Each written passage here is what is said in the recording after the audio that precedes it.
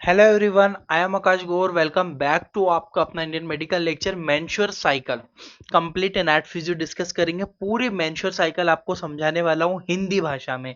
Hindi plus English दोनों language रहेगी। Notes भी अवेलेबल है। डीएमएलटी लैब टेक्नीशियन स्टूडेंट के लिए कमेंट बॉक्स में लिंक, डिस्क्रिप्शन में लिंक मिल जाएगी। कोर्स परचेस करके आप ले सकते हो।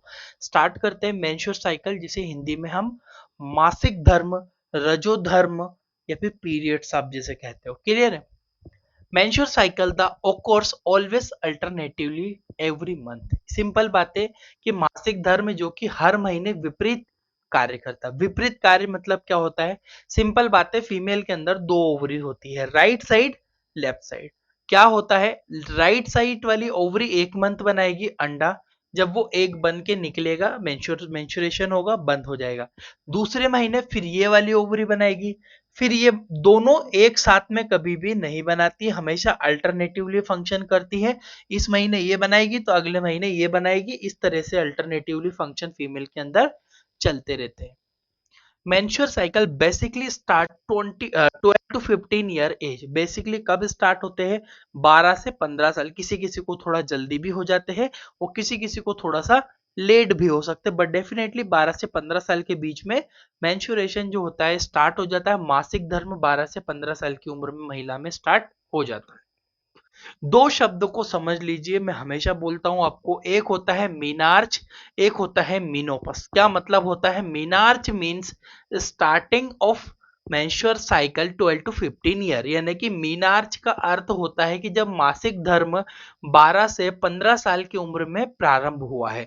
मीनार्च मतलब क्या होता है? मीनार्च लाइफ और एक मीनोपस लाइफ। मीनार्च मतलब महिला परिपक्व हुई है, एडल्ट हुई है, उसमें मासिक धर्म चालू ही हुआ है 12 से 15 साल की उम्र में।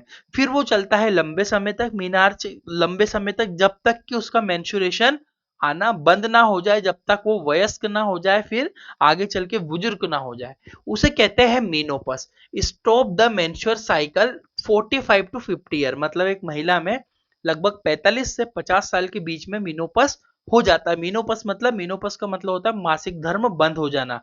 जब चालू हुआ था उसे मीनार्च कहते हैं। बहुत बार पूछते हैं, 12 से 15 साल की उम्र को मीनार्च कहते हैं और 45 से 50 साल को मीनोपस कहते हैं। दोनों वर्ड आप अच्छे से मेंस्ट्रुएशन में याद रखिएगा। आगे बढ़ता हूं।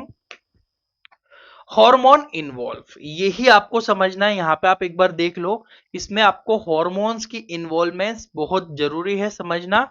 हॉर्मोन्स से ही पूरा खेल होता है, पूरा मेंस्ट्रुएशन होता है, समझिएगा। हाइपोथैलेमस एक ग्लैंड होती है ब्रेन के अंदर। Hypothalamus gland produce gonadotropin hormone. सबसे पहले क्या हुआ? महिला में हाइपोथैलेमस ग्रंथि होती है जो कि गोनेडोट्रोपिन हार्मोन्स को उत्पन्न करती है। अब गोनेडोट्रोपिन हार्मोन्स क्या करेगा? This hormones stimulate pituitary gland to produce hormones. अब ये क्या कर रहा है?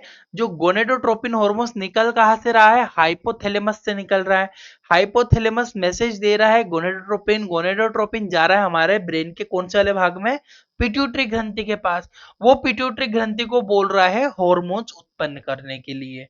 अब जो पिट्यूटरी ग्लैंड है ये हॉर्मोन्स उत्पन्न करेगी, कौन सा? Now pituitary gland produce FSH, follicle stimulating hormones and LH, luteinising hormones. Clear है?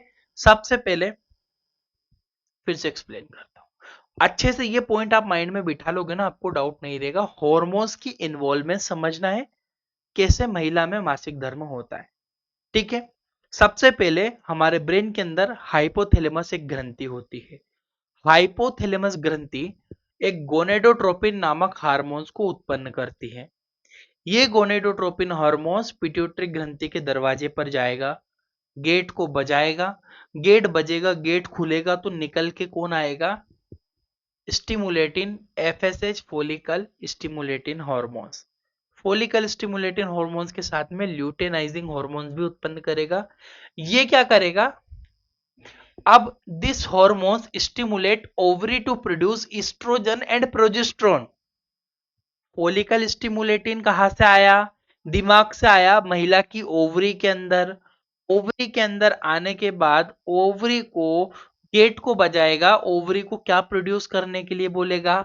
Oestrogen progesterone hormones. क्लियर है? यह हॉर्मोन्स, यह का मतलब है पिट्यूटरी ग्लैंड से निकलने वाला फॉलिकल स्टिमुलेटिंग हॉर्मोन्स अब ओवरी को एस्ट्रोजन तथा प्रोजेस्टेरोन हॉर्मोन्स बनाने के लिए उत्तेजित करेगा, उत्सर्जित करवाने के लिए बोलेगा। अब क्या हुआ, estrogen hormones responsible for growth of follicle cell.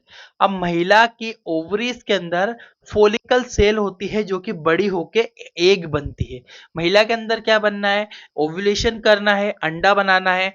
तो अंडा पहले एकदम थोड़ी अंडा बन जाएगा, पहले बचपन छोटा सा रहता है, जैसे हम माँ के पेट में रहते हैं तो स्टेज नहीं होती है कि पहले छोटे थे, फिर 2 महीने, 3 महीने, 4 महीने, 5 महीने के बने। तो हम बनने से पहले अंडा बनता है फीमेल के एग, फीमेल की ओवरी के अंदर छोटा सा था, फॉलिकल सेल था। उस फॉलिकल सेल को बनाने के लिए हॉर्मोन्स इन्वॉल्वमेंट्स मैंने आपको बताई है।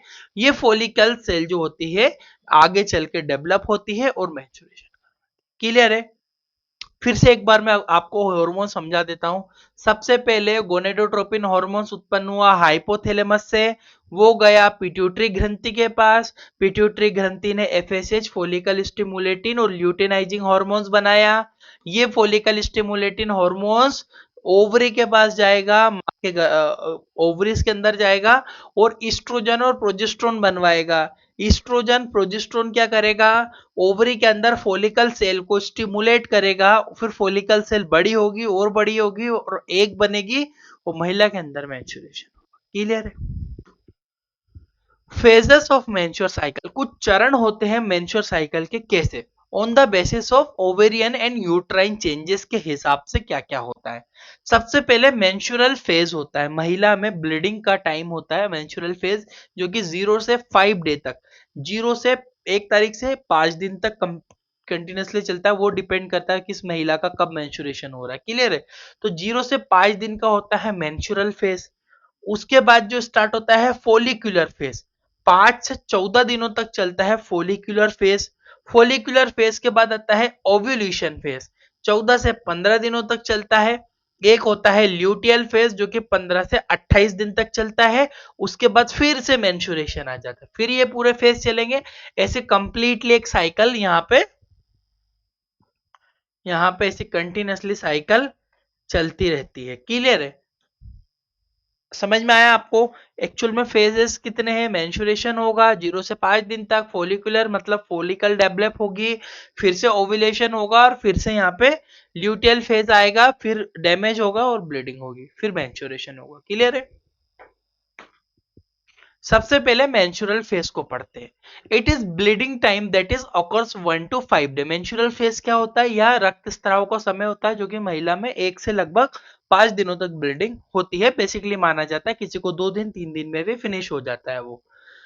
In this phase progesterone and other hormones level very high. अब क्या हो रहा है, जब मेंस्ट्रुएशन हो रहा है महिला का, उस समय पे क्या हो रहा है, मेंस्ट्रुएशन होगा, तब जो है प्रोजेस्टेरोन और प्रोजेस्टेरोन हॉर्मोन्स का लेवल है वो अधिक हो जाता है, हाई हो जाता है ड्यूरिंग द मेंस्ट्रुएशन। अब आता है next phase, follicular phase.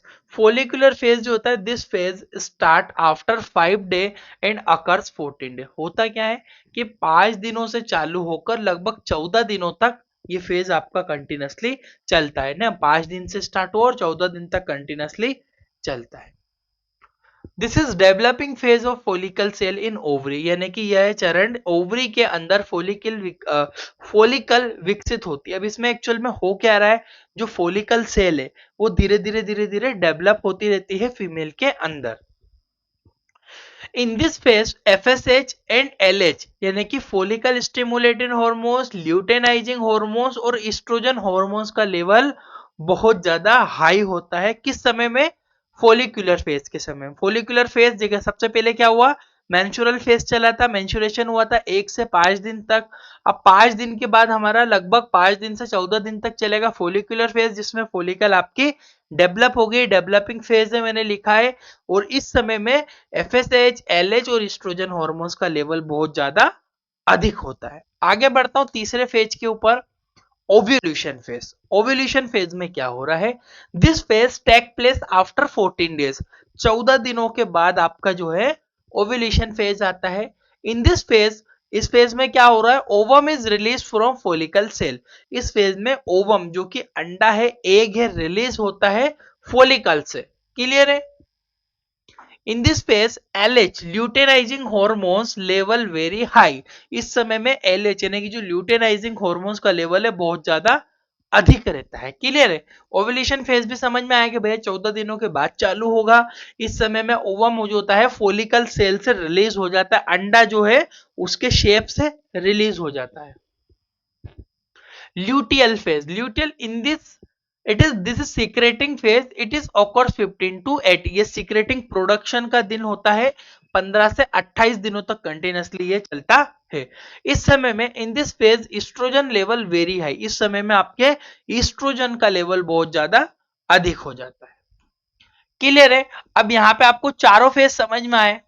Menstrual phase, menstrual phase जो है 1 से 5 दिन में चालू हुआ था, प्रोजेस्टेरोन का लेवल हाई था। फोलिकुलर फेज जो है 5 से 10 दिन 14 दिन तक चलता है, इसमें एलएच एफएसएच एस्ट्रोजन का हाई लेवल होता है। ओव्यूलेशन फेज जो होता है ओवम रिलीज होता है फोलिकल सेल से, ल्यूटेनाइजिंग हॉर्मोन्स का लेवल ज्यादा रहता है। फिर ल्यूटियल फेज आता है और ल्यूटियल फेज के बाद फिर मेंस्ट्रुअल फेज, मतलब फिर से पहला, ऐसे कंटिन्यूसली गोल साइकिल आपकी चलती रहती है। देखिए कुछ चेंजेस होते हैं, ओवेरियन में चेंजेस होता है, यूटेराइन चेंजेस होता है, वेजाइनल चेंजेस होता है, सर्विक्स चेंजेस होता है।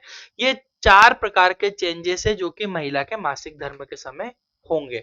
यहाँ पे आप एक चीज देखिएगा, मैं आपको पूरा एक बार ओवरीज के अंदर समझा देता हूँ। सबसे पहले स्टेप बाय स्टेप देखिएगा। हॉर्मोन्स तो आपको मैंने क्लियर कर ही दिया। हॉर्मोन्स में क्या हुआ, ब्रेन ने सबसे पहले जो है हाइपोथैलेमस ने गोनेडोट्रोपिन हॉर्मोन्स बनाया। गोनेडोट्रोपिन के बाद फिर वो पिट्यूटरी के पास गया, पिट्यूटरी ने एफएसएच बनाया। फोलिकल स्टिमुलेटिंग हॉर्मोन्स ओवरीज के अंदर आकर यहाँ पे ओवरीज को फिर स्टेप नंबर फर्स्ट को स्टिमुलेट करेगा, उगोनियम जिसे कहते हैं। उगोनियम जो है प्राइमरी फोलिकल सेल्स यहाँ पे बनती है सेकंड स्टेप में।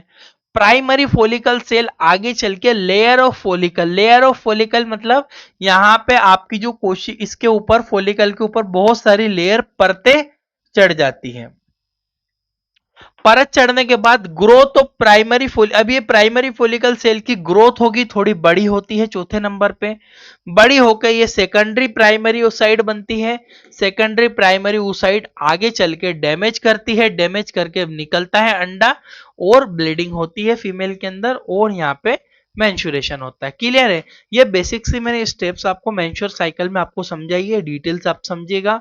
यहाँ पे अगर लैब टेक्नीशियन के स्टूडेंट हो तो बीएमएलटी डीएमएलटी कोर्सेस अवेलेबल है हमारे पास, हिंदी इंग्लिश भाषा में नोट्स है, सरकारी भर्तियों की तैयारी है, लाइव क्लासेस भी है, 400 प्लस वीडियो लेक्चर नोट सब कुछ अवेलेबल रहेंगे यहाँ पर। 1550 रुपए की प्राइस है, 50 रुपीज जीएसटी भी एड ऑन होगा यहाँ पे आपको। Anat physio histology biochemistry microbiology blood bank histology serology cytology parasitology subject आपको हमारी एप्लीकेशन में अवेलेबल हो जाएंगे। ये एप्लीकेशन है Indian lab technician lecture, play store पर सीधे सीधे मिल जाएगी। ये व्हाट्सएप नंबर भी आप मैसेज करोगे, लिंक हमारे द्वारा आपको भेज दी जाएगी। Thank you for watching guys, आपका अपना इंडियन मेडिकल लेक्चर।